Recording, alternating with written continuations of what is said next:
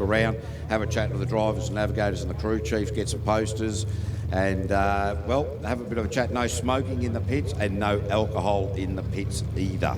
If you are seen doing either of those two things, you will be escorted back out again at a fairly rapid pace. So Violent Tendencies now with Tim Betts as we step into qualifying 4 for the Lucas Oil Group A. Joe Kapua doing the navigational duties out of Tauranga. Violent Tendencies, Coleman Marine, the Downs Group and NZ Riverjet. G'day to Nick Berryman there at the Lakes Lodge, Lake Okatina. He'll be watching on the live stream, as will Gaz Stevens, and he didn't go too badly around the Lucas Oil's hairpin to the right. It's the ones coming around to the left side that we've seen most people not quite get that right. Bogged it down in there, did Betsy, the builder from Auckland.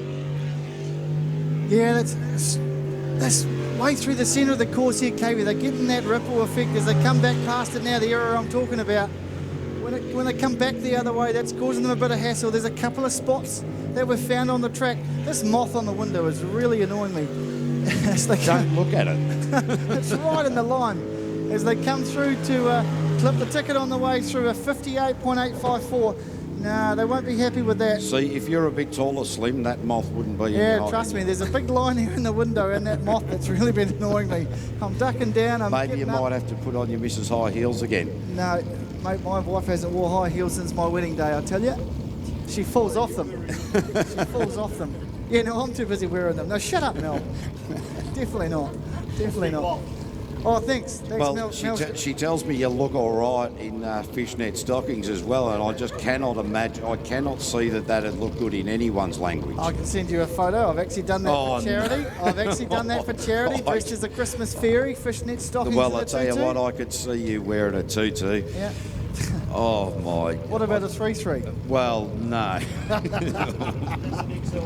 Yeah, that's an XL tutu. Anyway, back to the racing. Daniel Thornton out there. These guys had a bit of an issue with some leaking fuel earlier in the day, which was what was causing the boat to cut out. They weren't getting the fuel pressure there, so they took the seats out and obviously stopped that leaking fuel issue, which means that they're getting the fuel pressure to the engine. So we shouldn't see that stop-start issue that we saw from these guys in their first 3 qualifying runs. So Daniel Thornton and Angelo Keenan. It's this corner here now that was causing them the issue as they came round here. Yeah, bobbed just like again. that. Yep, just like that. Can't quite get it set up to go into there. And one of the things is that there's so many different ways to go into those hairpins. Do you back off and set the boat up? Do you go in full noise and throw it in almost like you would a MotoGP bike? Just send the bow in. Yeah. There's so many different things, and I'm not sure that there's something you can easily explain, or certainly something that I can't easily explain. Yeah. Daniel Thornton there, much better lap there, best qualifying time of 58.657 for the Lucas Oils Group A with Daniel Thornton and Angelo Keenan. Yeah, and any race you finish with numbers after your names is better than letters, right? Because you don't want to finish with a DNF. Correct. Hey, I'm learning. I'm picking this up, baby. I'm picking this up. Hey, not too bad for a novice. All right, so now we go to Rick Flowerday and Jazz Flowerday from Pukahina. Managing Director of ZB Homes, Bay of Plenty. You're going to get that right, mate, I tell you. You're going to get that right. Is that right? Sort of. But it's not that I try to mispronounce things. I actually do try, but I do have a lot of trouble getting my tongue around the names of towns here in New Zealand. It's certainly no disrespect. I want to make that very, very clear to people. Yes, and of all the people that will have trouble pronouncing names, mate, from a man with towns like Woolloomooloo and all that sort of stuff, mate, you don't do too bad a job, so that's okay. But anyway, back to the on-course racing of Rick and Jazz Flowerday. There's still not 100 the big back off there. Yeah, see how the pop. And then what's happening is the boat's then hitting the rev limiter as he's squeezing the throttle, but he's not losing time by running it up on the tyres. Certainly losing time by backing off into that hairpin, but still maintaining the momentum without spitting the boat out. So as that ease off coming into that, setting the boat up, that will be less of an ease off and more of a squeeze on the acceleration on the exit. So certainly the right way to go about it with a 59.771 there for Rick and Jazz Flowerday. Less of an ease and more of a squeeze. That's right. Yeah. Just get that right? I think that works very, very well, Less mate. of an ease, more of a We should squeeze. put that into our general notes and use that on a regular basis. Yeah, I've got that noted. Ease and squeeze. I can work that out. We are now going to go to Bevan and Claudia Edwards out of Carterton, the Inheritance Machine. 650 horsepower. That's not too bad for this class either, is it? Eh? Well, it's quite amazing. 650 horsepower. Like, you know, they build these new Mustangs and they don't have anywhere near that at the rear wheel. That's right. That's right. And you can tell that as they shoot out up the PSP front chute. Plenty of power, plenty of horsepower as they go through the middle of the track.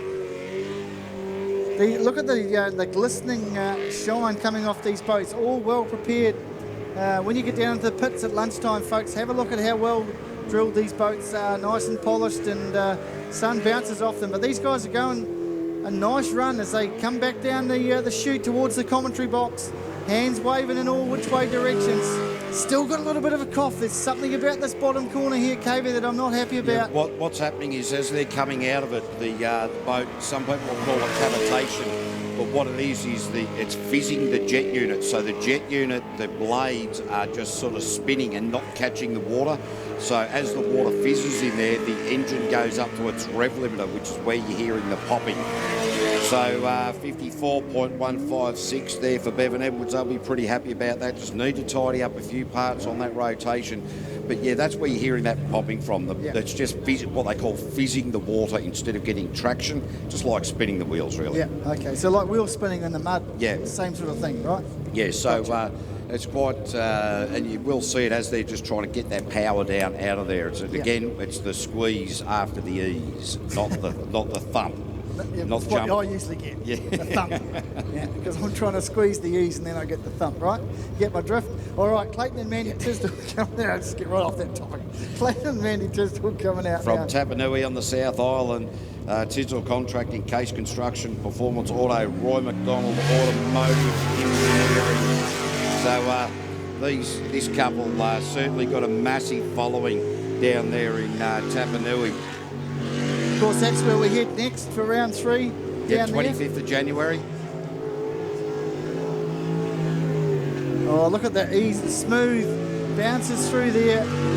Yeah, this jet speed hull, what they've really, they took last. Oh, he went way too wide out there, nearly caught the tyres, and tell you what, still got through that hairpin as well. So Clayton, don't know what he did there, he just drifted that way too wide, allowing himself plenty of runoff.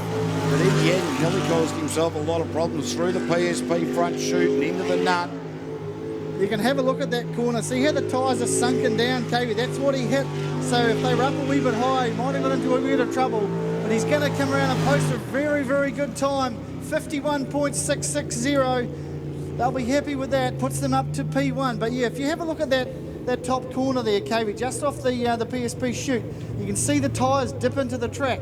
That's where his bottom end got caught in, which I think gave him enough to flick out of the corner without getting into too much trouble. Yeah, I'll tell you what, certainly interesting. I dare say they'll have a little bit of a conversation when they take that boat back to the trailer and say, well, let's try and let's not do that again. I'll tell you, I reckon these guys, this pairing, fantastic couple, but I dare say that there is a lot of argument actually going on between the communications in the helmets there. But we will now go to Sean and Faye Rice, Elite Kitchens, dreaming, living. So Sean Rice out of a sprint car background and just loving the sprint boats. He said he's unlikely to go back to the four-wheel variety of racing, just absolutely nailing it in this this particular part of the sport, just doing such a wonderful job.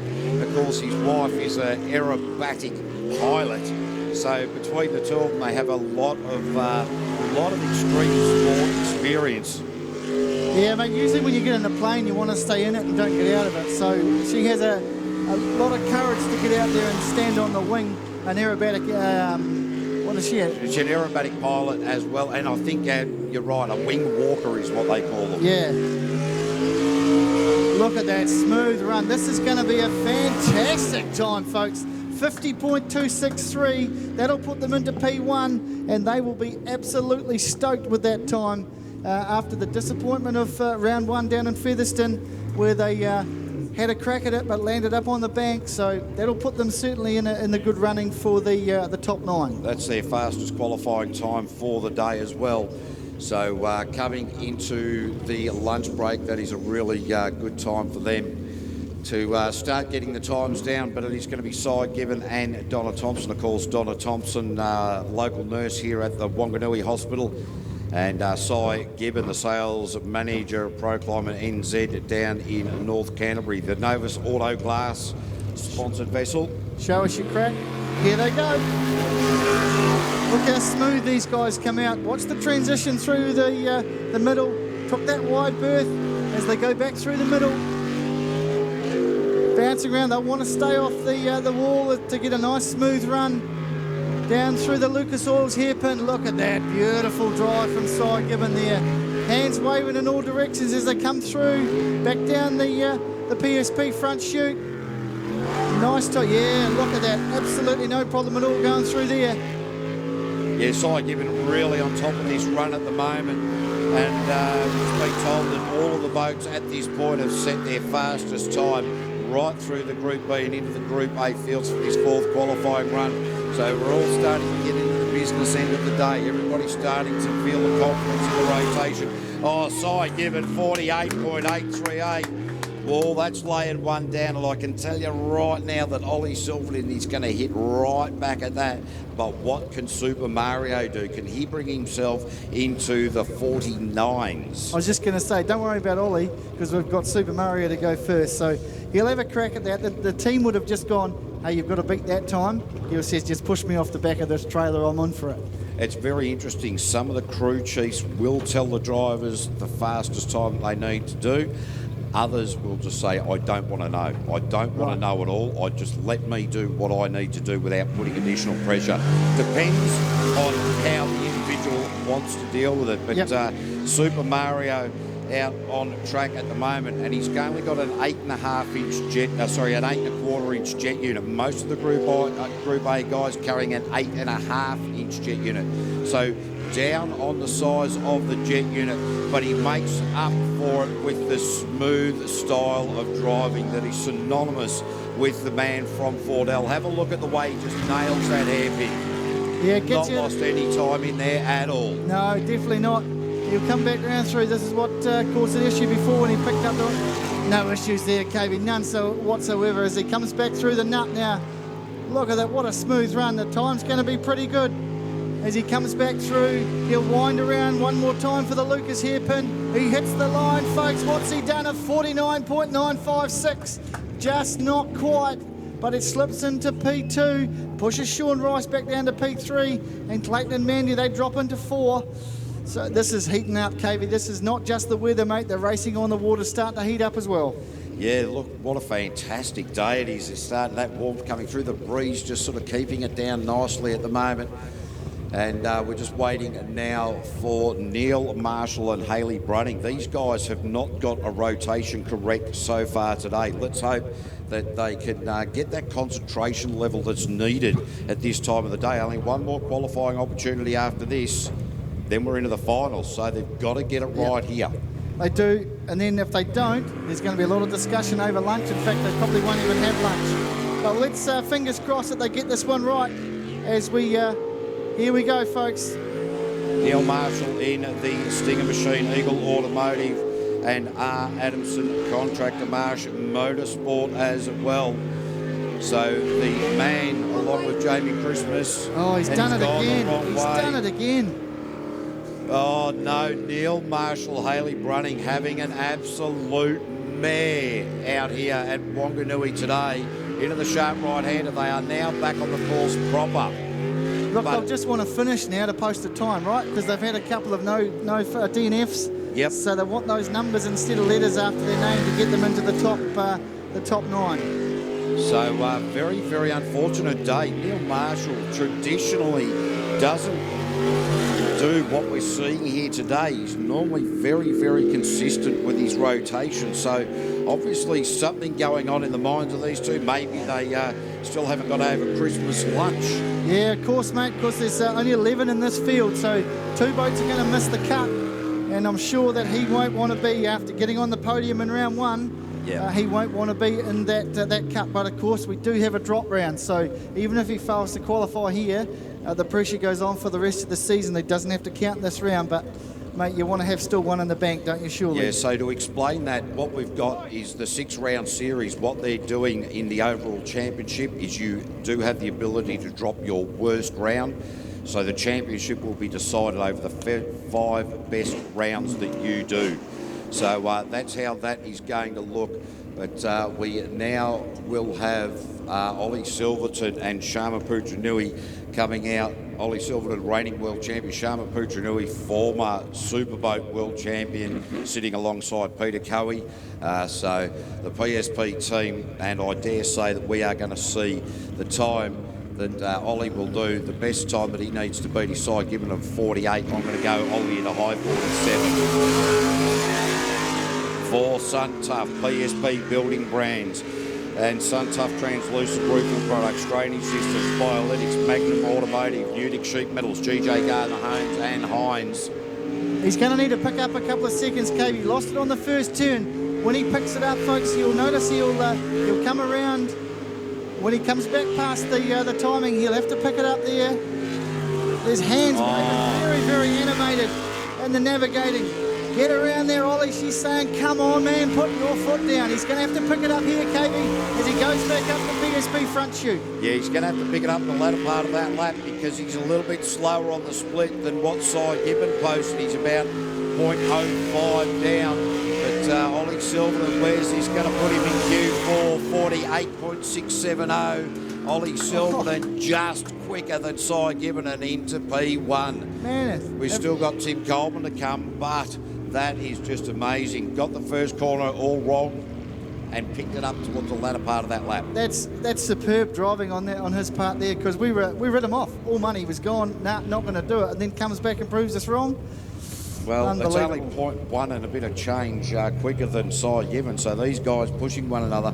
Ross Travers a second down, well, 1.1 out of those guys, and then Sean Rice about 0.3. So that'll tighten up towards when qualifying round 5. But it's Tim Coleman, the jet boat mechanic from Martin, Dylan Matthews, the engineer from Wanganui, and this boat. The last time these guys were out, of course, we heard a big pop, and that was a electrical issue. So let's hope that we don't see that again. And got off it. Yeah. A little bit of reversion there. So as he came in there, he decelerated too quickly, lifted the back of the boat up and got it unsettled. Yeah, could have gone horribly wrong, but they got out of jail there. They come back around through the middle. They'll come up to the Lucas Oils hairpin now and swing it back past the commentary box. Oh, you get round there, pick up some seconds. You've got to make some time up. Yeah, about 4 seconds down at the split to where we see our top 3 boats in this qualifying round number 4 for the Lucas Oils Group A. Where are they with a 55.020 and some way down the list into P7. So that rounds out Q4 for the Group A category. Ollie Silverton, Cy Gibbon, Ross Travers, Sean Rice, Clayton Tisdall and Bevan Edwards making up the top 6 there. And we'll reset our clocks and get ready for qualifying round number 4 for the Mouth Fresh Superboats.